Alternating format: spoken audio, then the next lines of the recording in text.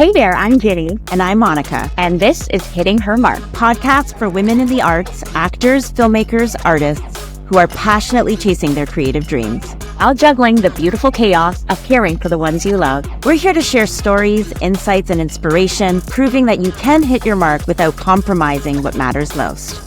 So if you're ready to make your creative dreams a reality, let's dive in. Maria Kennedy is owner and co-founder of Little Engine Moving Pictures, an innovative, award-winning media production studio based in Toronto, Canada, that specializes in original live-action, animated, and CGI hybrid series and companion interactive content for a global audience. Her boutique distribution division offers a select catalog of premium preschool, kids, and family series by producers and creators. Imagine Creative Media, Mango Moon Productions, Invisible Inc., and Little Engine Moving Pictures. The shows are broadcast in 8 languages around the world, including Canada, US, South America, Australia, Korea, UK, Pan-Europe, Middle East, Israel, and Africa. Little Engine has won awards at Kidscreen, W3, Youth Media Alliance, TIFF, and Berlinale, and has been nominated for Banff and Prix Jeunesse Award. Thank you so much, Maria Kennedy, for joining us here on Hitting Her Mark. Maria is the owner and co-founder of Little Engine Moving Pictures. It's an award-winning production studio based in Toronto. Your projects have broadcast around the world in many different languages. It's so impressive. And you are also the co-chair of the Youth Media Alliance. Yes. So we always like to kick things off. I mean, I know you do all kinds of stuff, but we would love to hear sort of your journey. Like, how did you get into this? How far back do you want to go? Well, I know that you had said that you actually started as, like, you met Ben on set. I met Ben on set in university when Toronto Metropolitan University was called Ryerson. This was in 1992. He was studying film. I was studying fashion design. Yes, I don't know if you knew that, Ginny. Oh, I didn't. Yes, I was studying fashion design, but to be honest, I've always had an entrepreneurial spirit. It's more the entrepreneur in me that loves what I do. And I always have a million ideas for building companies. But, in terms of film and TV, we met on the student film set of one of my dear friends, Andrea Stewart, who's a writer-producer based in Ottawa now. Yeah. And so we were just acting as background actors in her film.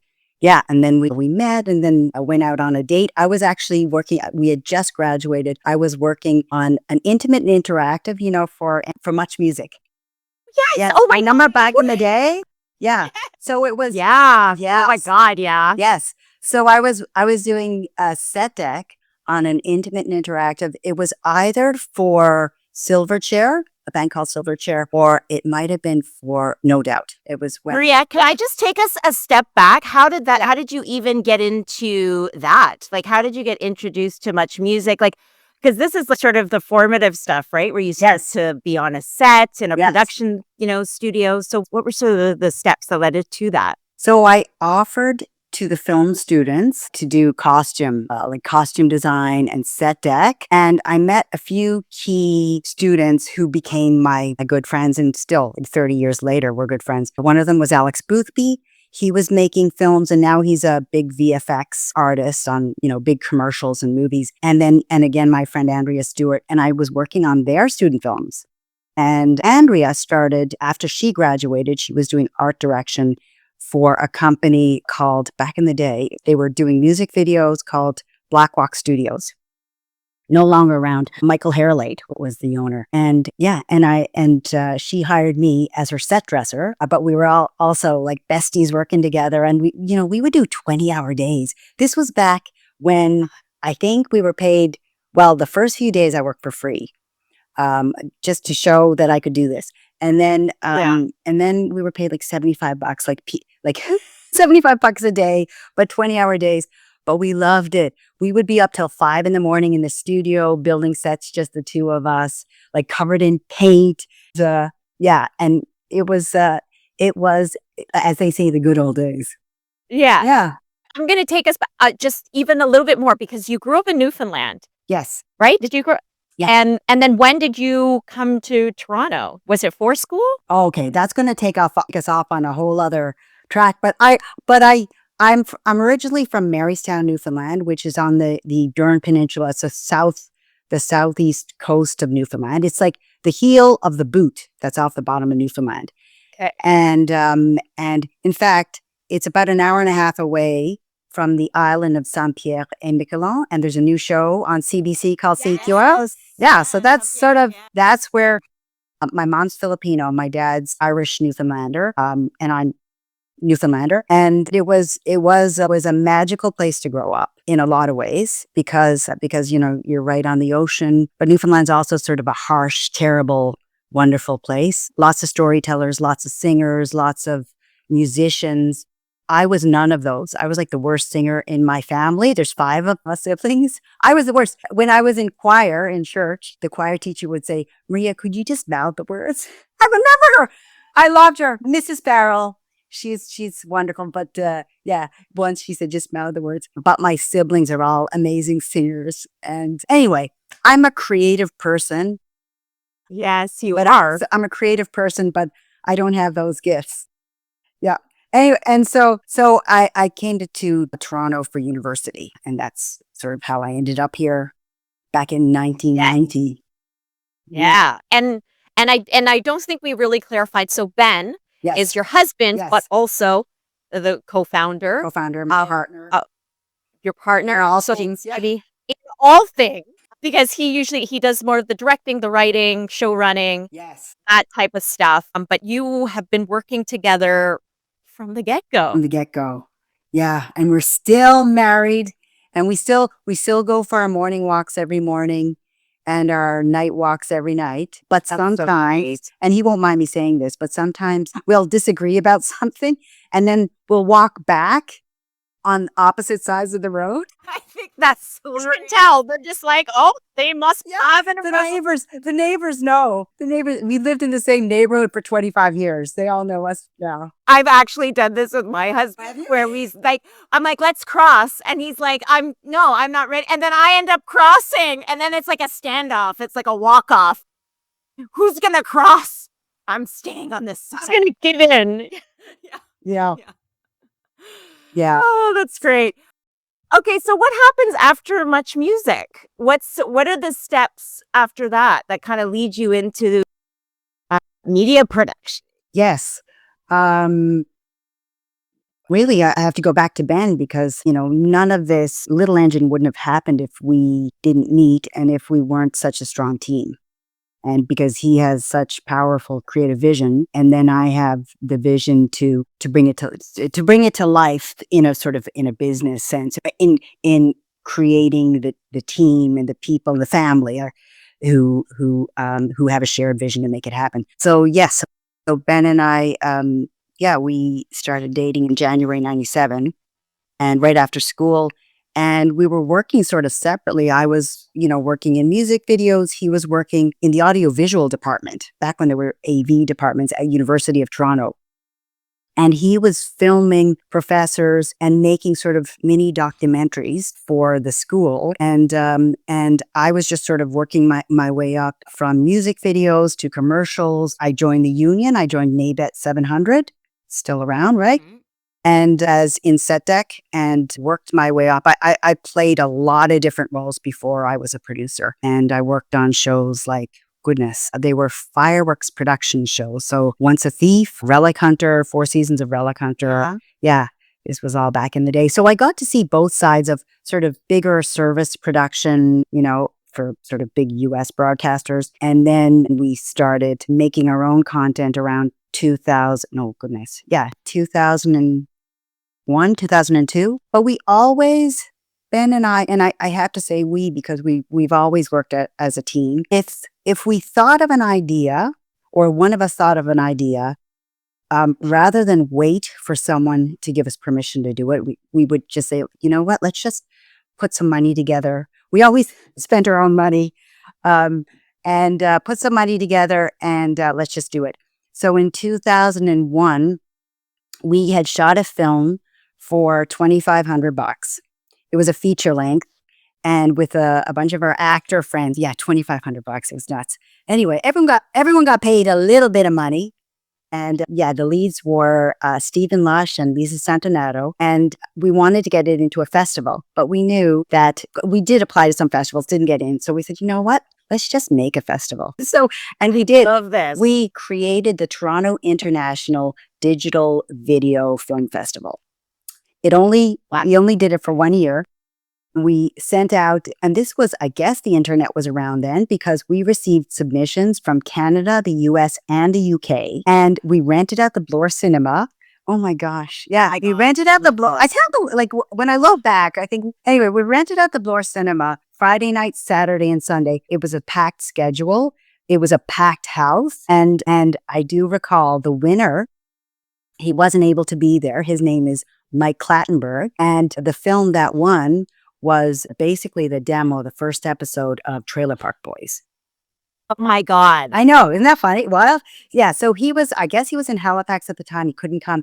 And he told us he was busy working on a deal with, I guess it would have been, was it CBC? Yes, perhaps. Yeah, it was CBC, I believe. Yes. So it was, the jury chose well. And yeah. Yeah, you feel validated. You're like, Yeah. we picked a good one. That's just incredible that you guys just took. It's so funny because I just was recently talking to an artist friend who is feeling some frustration over getting her film seen at various film festivals. It's just getting into not as many as she would like. Yeah. And I literally had that conversation with her. I was like, maybe you need to make your own festival. And she's like, that's a lot of work. She's like, I can't just make my own festival. And then hearing this story, well, maybe you can. I mean, it's probably maybe a different time. Wow. Just the fact, you say you can't believe it. The naivety maybe of the time of just like, let's just do it. Yeah. And look at what came out of that. That's incredible. Yeah. Yeah. It's, I mean, we didn't make money. It was, made enough to pay, Bloor Cinema. So it was, right. For us, it's really never been about, I wish it was sometimes, but it's never been about the money. It's like, I do love the watching the audience watch the film that you've created, or that 20 or 50 of you have created. So it's such a collective joy, and it's like it's a high. I get a high from seeing everyone love what you do. And Ginny, when I started seeing you start posting content and you're an acting coach, and now you and Monica with this, it is inspiring, because I think this is what we're meant to be doing, right? It's just creating on all, like 360 creation, regardless of whether or not there's commerce involved. It shouldn't because it's And whether or not, right, and whether or not it like sticks, right? Yes, like, I mean, yes. You do it until it's no longer bringing you joy, or, and there's like a bunch of stuff that I've tried and been like, actually, that did not stick at all. Too. And I do not want to do another one. And that's how you learn, and you figure out exactly what it is that you do like to do. Yes.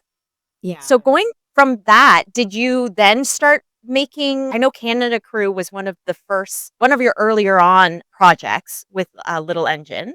Yes. When did you transition to like children's content? Yes. So we had shot a couple of self-financed independent feature films. So Where the Truth Lies was the first one, not to be confused with Adam McGoyan's film, which was made after our film. Where the Truth Lies, by the way. My mother gave us the title. So it came from a real place. Mm-hmm. Yeah. So that was 2001. In 2006, we self-financed a feature film that Ben wrote called The Limits. It was a drama, sort of a hard-hitting urban drama. And we launched that one at the Edmonton International Film Festival. And even though I can tell you now, it was made for $23,000. So we used, we didn't buy a new car.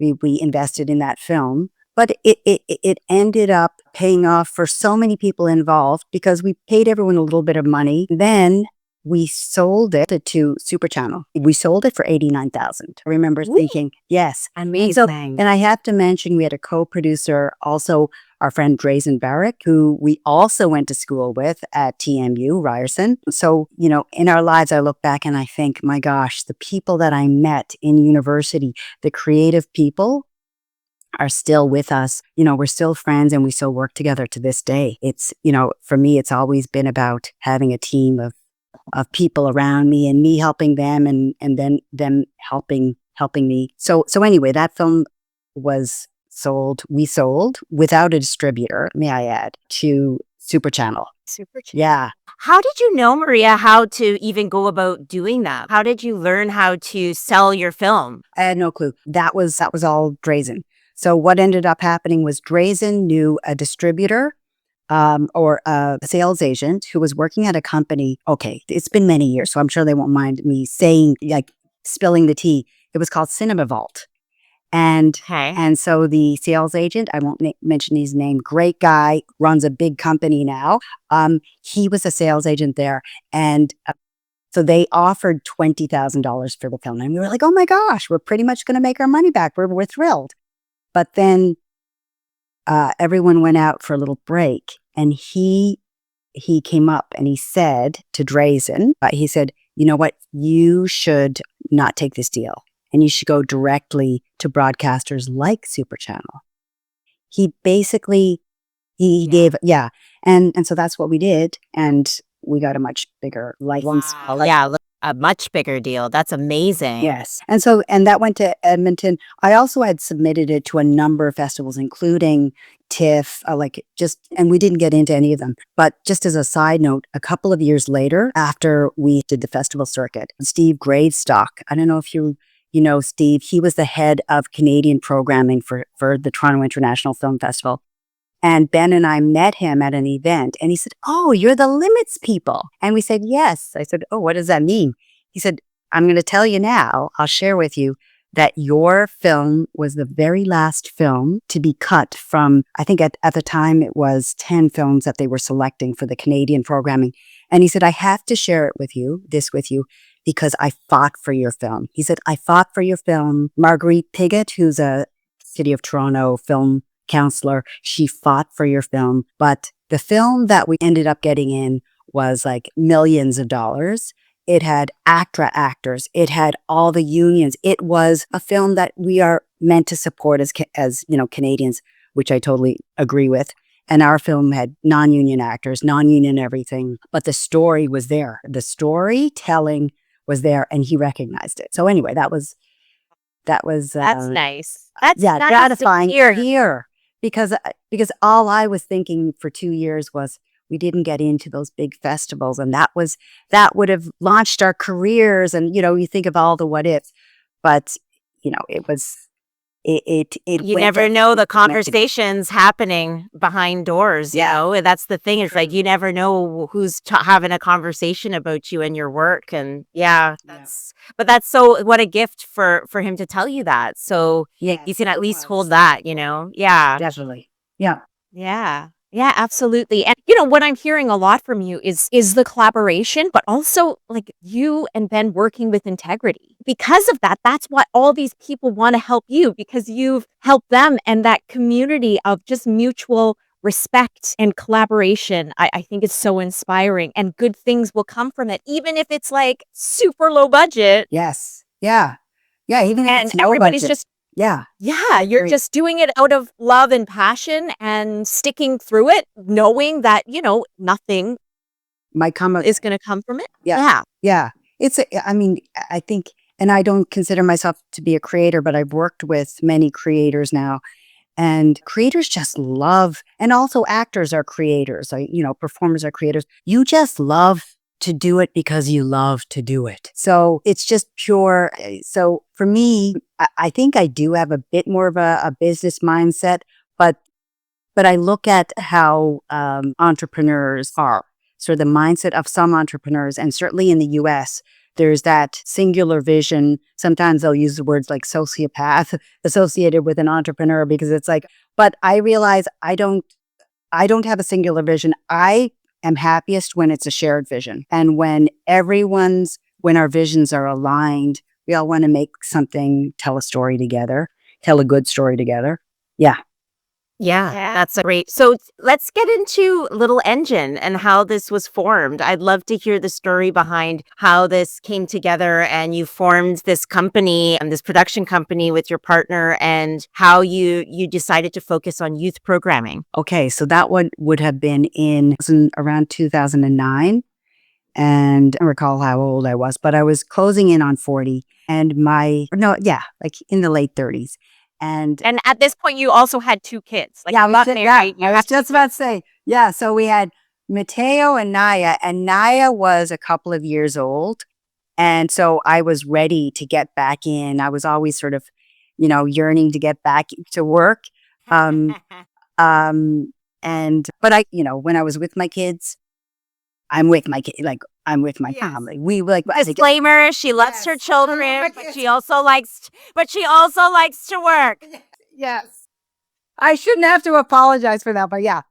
Yeah. And I was at a birthday party I do remember the defining moment. I was at a birthday party of one of my cousin's kids and his mother-in-law. I was sitting next to her. She was in her 60s. And I think I was like closing on her 40. And I was feeling really down that day and thinking, oh my gosh, what is happening with my career? I will never be able to do what I want to do. And I shared it with her. She asked how I was doing. And I said, actually, I'm not doing so great. And I explained it. And she said that she is a professor. She is actually one of the most renowned professors or experts in Indigenous artwork in Canada. And she teaches at, I believe it's University of Ottawa. Or it could have been Carleton. Anyway, and she said she was finishing her PhD when she was 40. And now she's the preeminent expert in her field. And she said, so like you can start at any age and you can have kids. Like she has 2 adult daughters. So she said, don't think about it like that at all. Think about you have this whole road ahead of you and so many opportunities ahead of you. And that changed my mindset. And that was it. Then I went back to school. I did this. It was a second career type program studying production management for, business affairs, essentially for TV production. And one of our professors at Humber College, she said, everybody, just to let you know, in 8 weeks, there's the deadline for the Banff Film Festival or the Banff World Media Festival. And they have a competition this year. It's called the International Pilots Competition. So if you have a TV pilot ready, you should submit. But she was kind of joking because it was in 8 weeks. And I took it seriously. I said, we're going to do this. I went home. I spoke to Ben. I said, we can shoot a kid's pilot because kids can be 6 minutes and under. And Ben wrote a script. We very quickly put together the production. We hired 2 incredible puppeteers who are friends of ours, Marty Stelnick and Todd Dolderson. I got to mention them because they're so talented. They work for CBC, TVO, all over the place. And we shot it in our dining room and we submitted and we got in. We did not win. One of many no wins. We didn't win. And also we couldn't afford to send both of us. So I said, Ben, you're the writer. You're going to talk creative. You go. And so when we went, at the time, I was already submitting our this pilot to the broadcasters who weren't getting back to us. But then they saw it at the festival and we got almost immediately, we got a TVO Kids deal. And in fact, someone said to us, Rudy Butniel, who was, I think he was with TVO at the time. Anyway, he said, you didn't win this. There were multi-million-dollar 3D animated series that were winning. He said, but you're going to get a broadcast deal before anyone else will. And he was absolutely right. And then we went on to shoot 72 7-minute episodes for TVO Kids. Yeah. Wow. So that was sort of the start. And that was Canada Crew? And that was Now You Know. No. Yes. Right. Now You Know. Oh, yes. And I would be remiss to mention also that we were asked by the head of TVO Kids at the time, Pat Ellingson, you have to partner with a production company that has more experience than you, because Maria, you don't know tax credits. You don't know all the funding agencies. So we partnered with Sinking Ship Entertainment, and they were wonderful in sort of guiding us along. And they were really, in terms of creative, they were hands off. They let us do our thing. And they really sort of supported me on the business affairs and tax credit side until I learned how to do it myself. And with the next show, we were off and running on our own. And at this point, do you have a studio space or an office space? Oh, yeah, we were working from home where did we film now? It was on location. And then we would rent studio space, as needed from Wallace Studios, Pie in the Sky Studios, all the small studios. And then how does it grow from there? When does this grow into a company where you have staff and studio space? Well, that came a little bit later because you can still have a small mom and pop shop, which essentially we still are, but without employees because you can hire on contract as needed. And that's what a lot of companies do, especially now with the downturn. A lot of companies are contracting and going back to the core team, development team in a way, and business affairs team. And so we didn't really have an office until we didn't have it on Cutie Pugs. No, it was like maybe 6 during the pandemic. Yeah, it was like 6 years ago. It was just before the pandemic. Yeah, because I remember Yes. I still haven't come down, but I know. you had it. There was during the pandemic, we would have Friday afternoon socials and we'd say to anyone who wants to come down. But then we stopped doing that. But anyway, we will start up again. And Ginny and Monica and anyone else. Italy. Yes. Yeah, we're all going to come. Yes. Yes, totally. I will say, I just want to add that I did watch Now You Know with my kids. Did you? Yeah. Yes, I mean we watch TVO Kids. So anyway, the programming is amazing, and what I'm also getting from your story is just like you would just leap. You would almost just leap, and then there was always someone that would come and help, right? Or like there was always guidance. There was always something that would push you further. Yeah, you just have that faith that there are always people who want to create and want to work as a team and make something bigger than ourselves. Yeah, and I should add, my friend Andrea, I remember once we were having a conversation, St. Andrea, writer-producer from Ottawa, she said, Maria, sometimes I look at you and think, you're delusional. And which is, you know what, you need to have a certain degree of delusion to create something out of nothing. Right? This is another running sort of theme that we've had. So many of our guests have admitted to delusion. Yes. Because that's sort of what you need in this business. You do. Yeah. And also to convince your finance partners and your equity partners to come on board with millions of dollars, like over the years, and to continue to build those relationships. They have to believe in something that's bigger than a person talking in front of them. Right? They have to be able to see it too. So there has to be sort of a shared delusion. So I'm going to fast forward a little bit. We're going to hit on Cutie Pugs, my favorite. You have to tell the story of what inspired the show with Pablo. With Pablo, with our dog Pablo? Yes. I mean, that is. Yes. So, okay. So that actually brings us back to Now You Know, because Now You Know was about a little boy and his best friend, a monkey, who went out and tried to answer questions that they had. And they would go out and find experts like Chris Hadfield and, all sorts of experts to help them answer that question. And the creator, the idea for that came from Ben, because when he was a little kid, he wanted to have a pet monkey. And so really it was kind of about him and this pet monkey that he never got to have. So when we were looking for a dog to, before we had babies, we had dogs. And Ben said, you know what? Pugs will kind of have the face of monkeys. I'm like, really? Are you sure? Because I don't see it.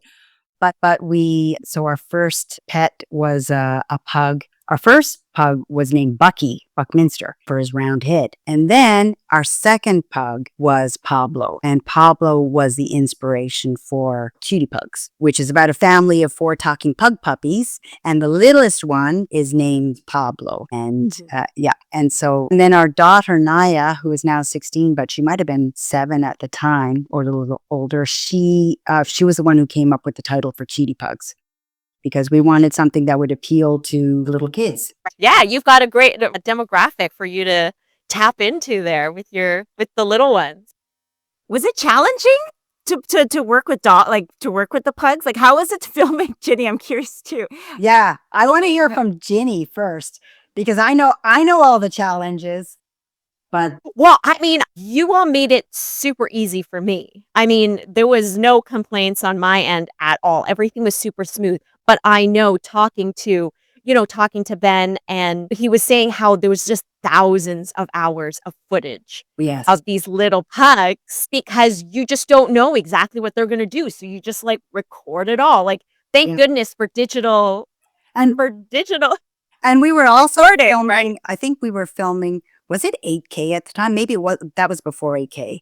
So it must have been, yeah, I feel like we were filming 8K because what Ben and Marcus, who was our editor at the time, like our key editor with Ben, they wanted to punch in and get close-ups of the pugs. And so then we wouldn't have to shoot millions of hours. Like we would have opportunities to get the close-ups without having to physically go in and shoot close-ups. Yeah. So where were we filming again, Jenny? What was the town? It's like Woodstock. In Woodstock. Yes. So what that was, I guess maybe one of the challenges, because were your kids babies then? You were away from your Yeah. family. So, yeah, that was the first time that I was away from my kids. We were talking about, Yeah. and for a week. Yeah. And I was trying to talk to, I was like, I don't know, should I drive up every day?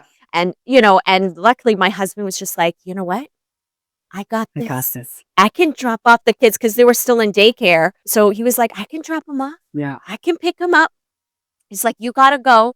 And yeah, like it was nerve-wracking to begin with, but then it's like once you get that 1 week done, because because of the age of the pugs, we had to do them in separate blocks. Because we had to wait for different litters of pugs to be born, because we filmed them from 8 weeks to 7 to 9 weeks. So they had to be very tiny. Like it was like a special window Natural where window.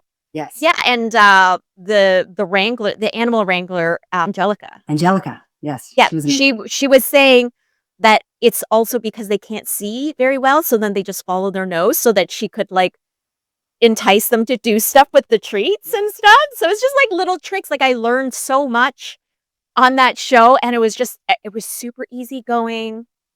And yeah, and Riley was amazing. Yeah, it was a lot of fun. It was fun.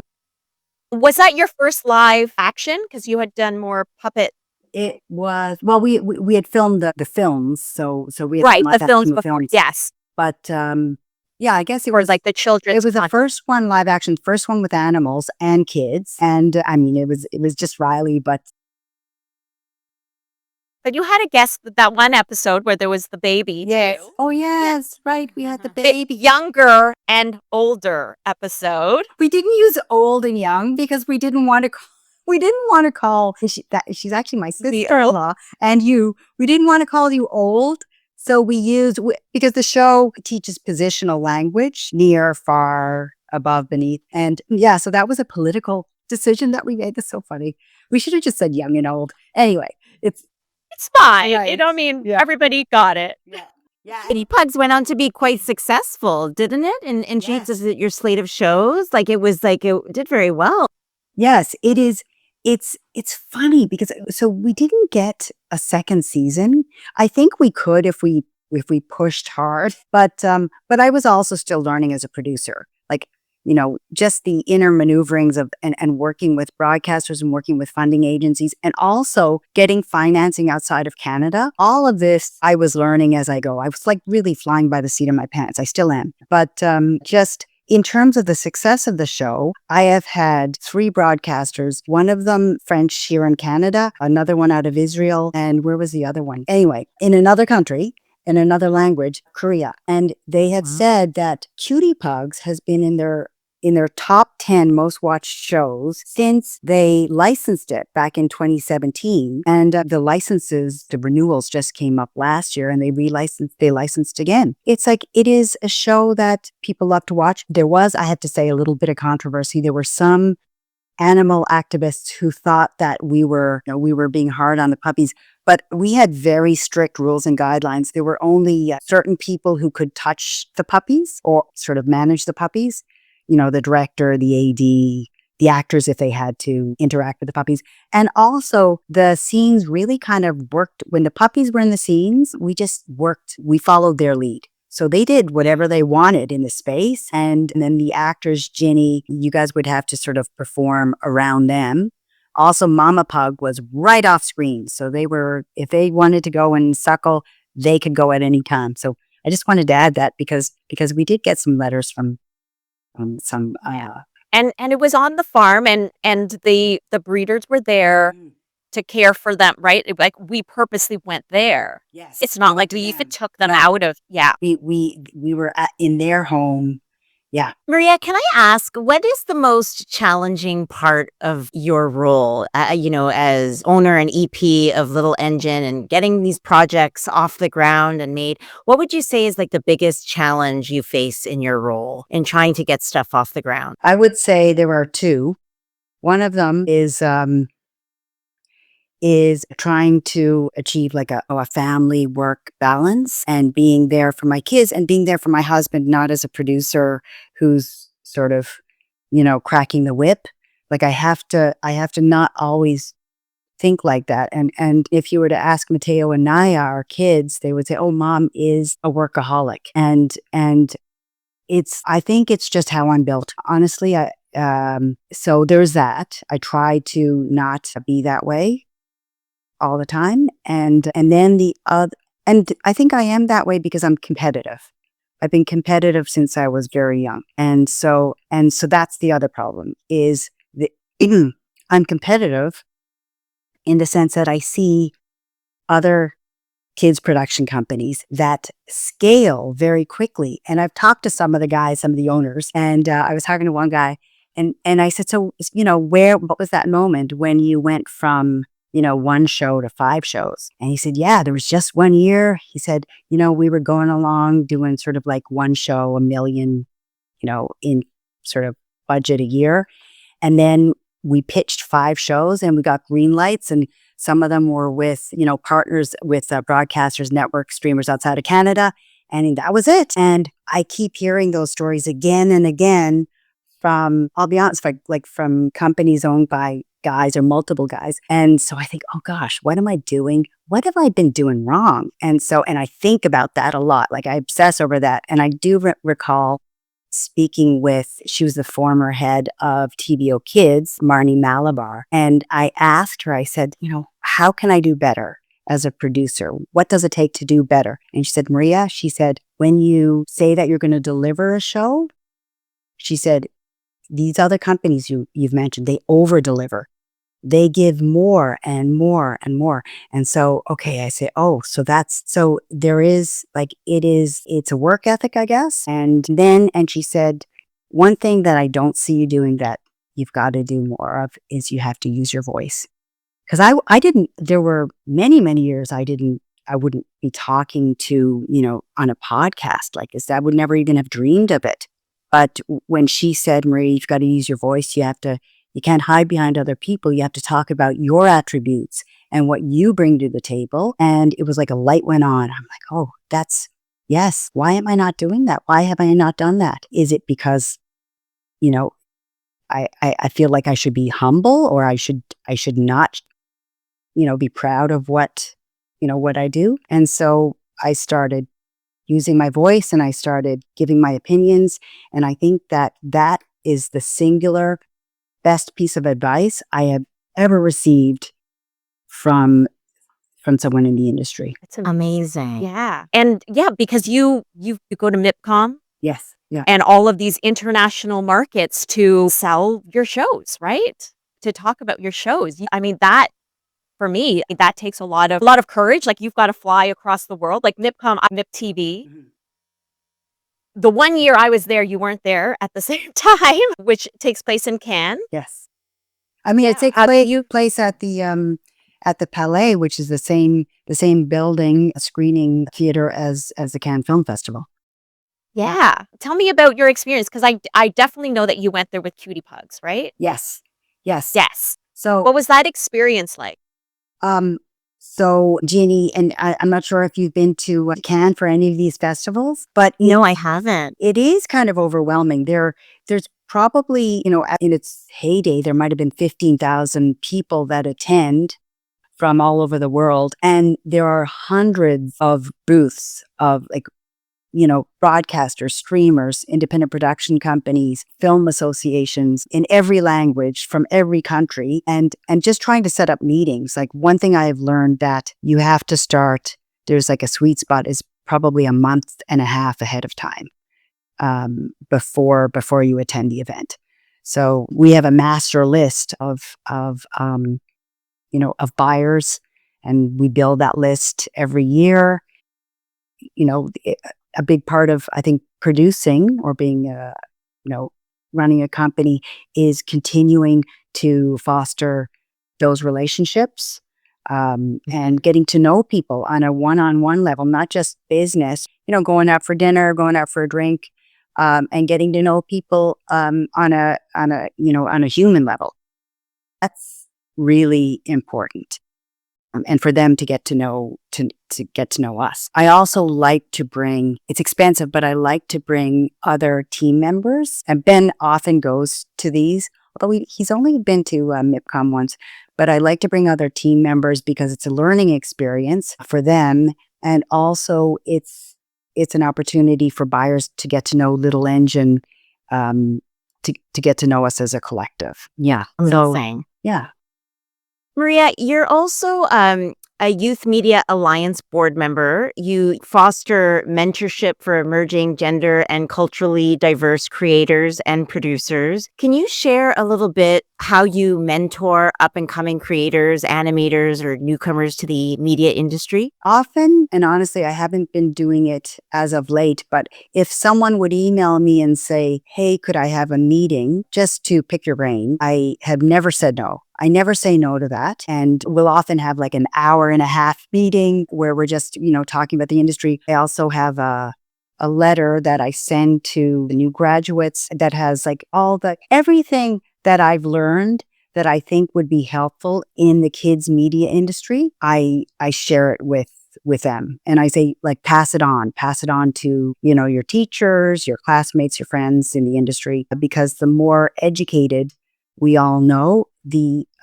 easier it is for us to work together. Education is also sort of a big part of what I do, because my parents were both educators. And so the shows that we make often have an educational slant.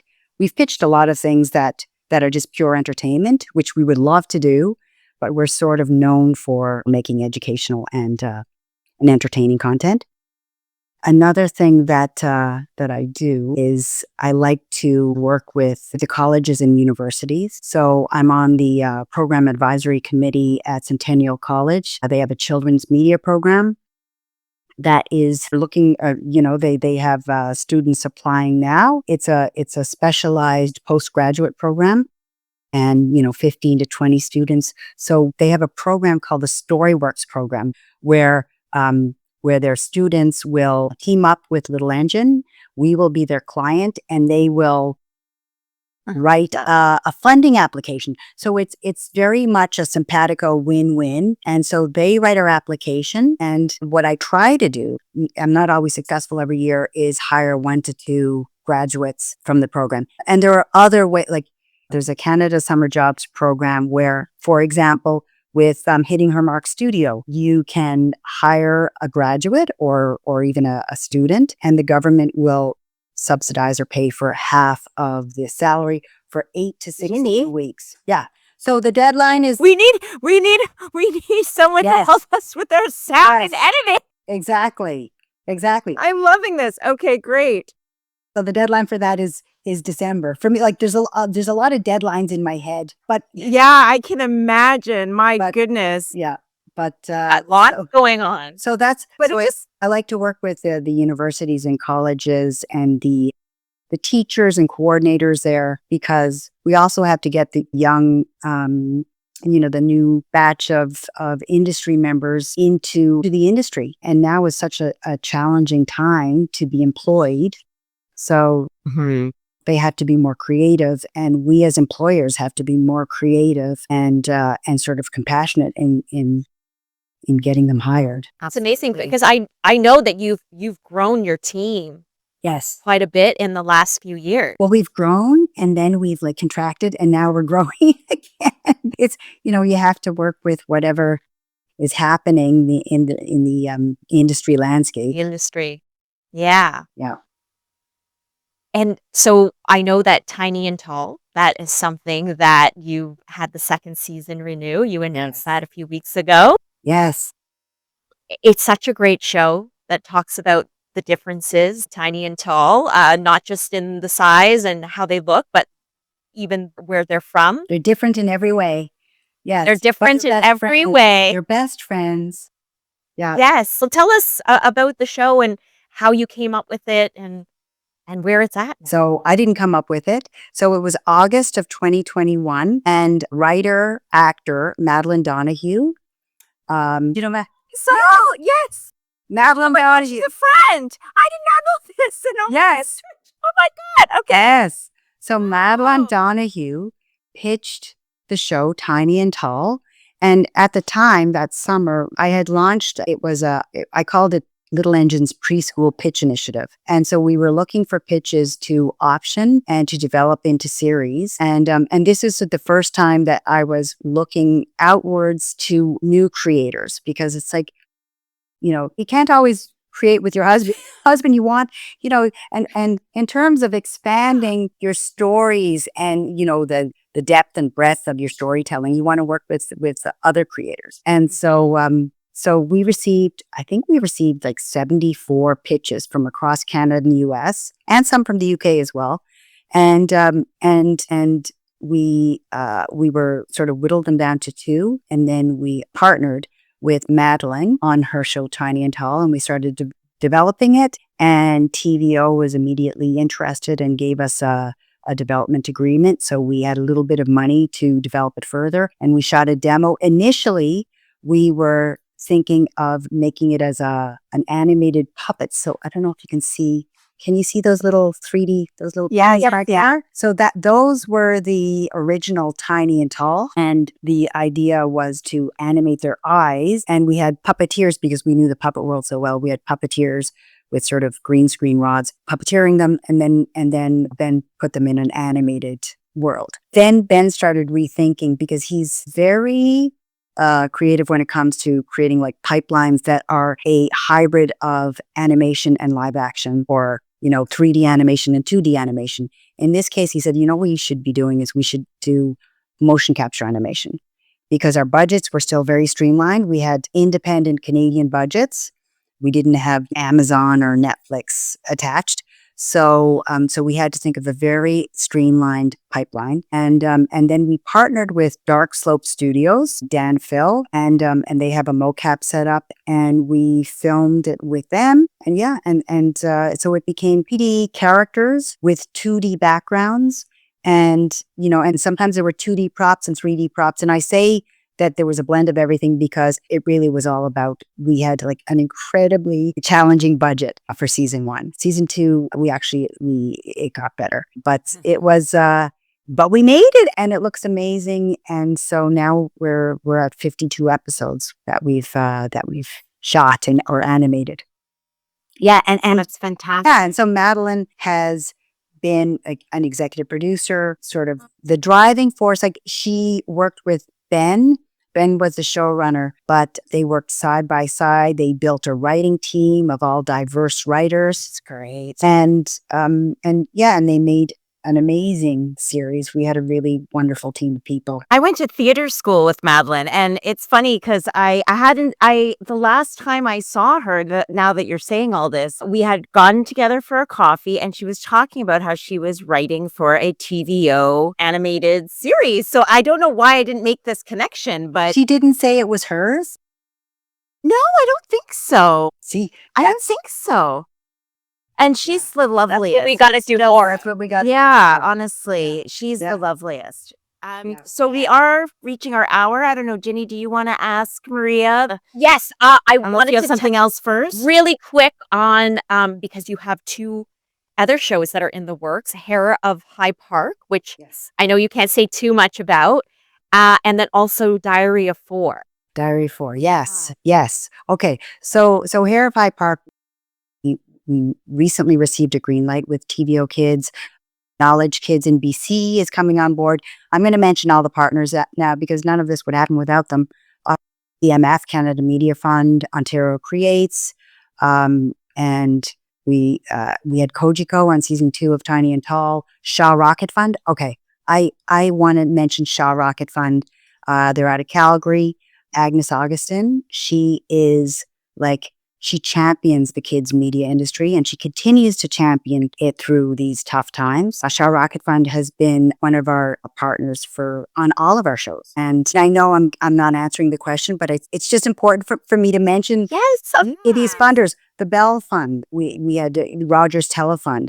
Like, you can't make a show, animated series, without financing partners. And so I do hope this is, as in terms of the Youth Media Alliance, we are really trying to support and celebrate and use our voice for Canadian kids media that is made that's safe. And that's like, you go on YouTube and it's so much unregulated content. You can't really control what your kid's watching. So at least, with Canadian kids shows and films, that we have educational advisors, we have broadcasters who want the very best for the story and for like kids' learning development. So we do have Hair of High Park with creators Taran Padmakumar and Joanna Fishbein. They were the winning pitch at the Ottawa International Animation Festival in October of last year, and we optioned it and we're working with them now.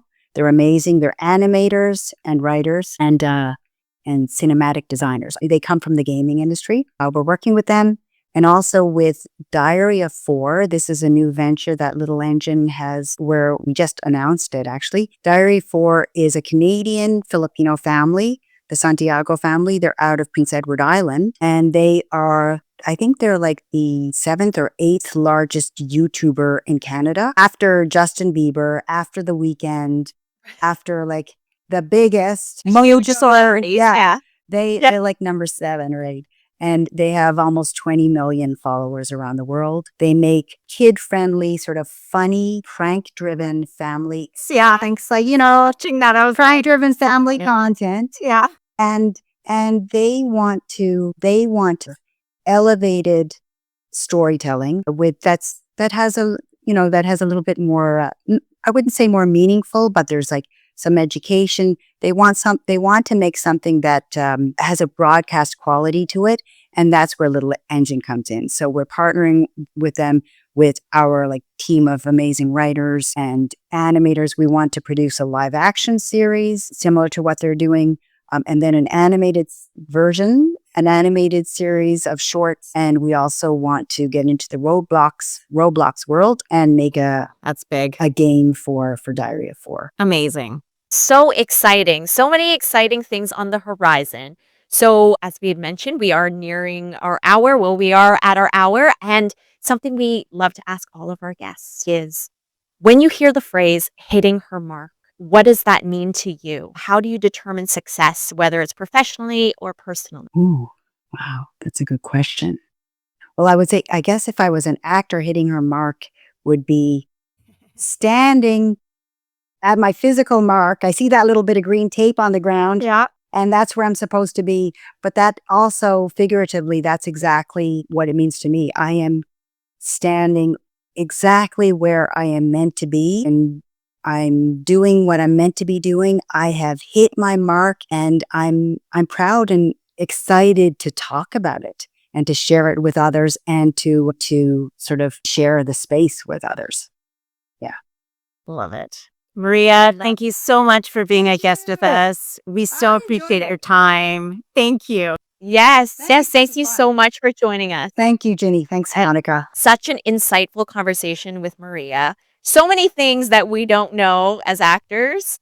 On the production side, the sales side, just building these relationships, how much they matter. I mean, we've heard that over and over again. But something that I really heard from Maria was, the blind faith that sometimes you're just going to have to take a leap. But just like when you're doing it out of love, people will come out of the woodworks to help you. Yeah. These connections last. I love when she talks about the film festival, right? When she just decides to, they were submitting their films, they weren't getting into festivals, and they're like, well, I guess we're just going to have to create our own film festival. Yeah. Okay. Amazing. Crazy. And who knew? Trailer Park Boys Yeah. pitch was the winner. Yeah. And that's the thing. They had people submit to it. It just they pulled it off. Like you said, that leap of faith. Like you just kind of have to do it, and then things will fall into place. Yeah. And just the partnership, like how she's clearly obviously she's creative as well, but she's so meticulous. Like how she was just rhyming off dates, like deadlines, when things were happening. I'm just like, you're full of just information. And then I know Ben, but he's clearly, he's like the ideas person, right? And obviously he knows how to put things together, but there's just that synergy of like the two of them working together. And that's, why they've worked out so well after all these years, and they're growing. Yeah. You can tell Maria's got that entrepreneur spirit. She's a doer, right? She just wants to get it done. And how important, like you said, those relationships are, and how she's managed to nurture them, and how she's gone to people for advice, and she's watching what her competitors are doing, and she's trying to figure out how she can elevate, her company and her team and move things forward. And I think as an entrepreneur, you have to be watching what other people are doing in the market, and, okay, what's making them so successful? How can I bring that into my orbit? And I love that woman telling her that, you need to put yourself out there, like your voice, you need to use your voice. And how she's now starting to do that more, and is seeing the rewards of that. I love that. Yeah. Yeah. Thank you so much for joining us here today on Hitting Her Mark. If you are so inspired to start your own podcast, don't forget, if you use riverside.fm/hitting her mark, you get 15% off your premium subscription. Thank you so much. Have a good day. Thanks, everyone.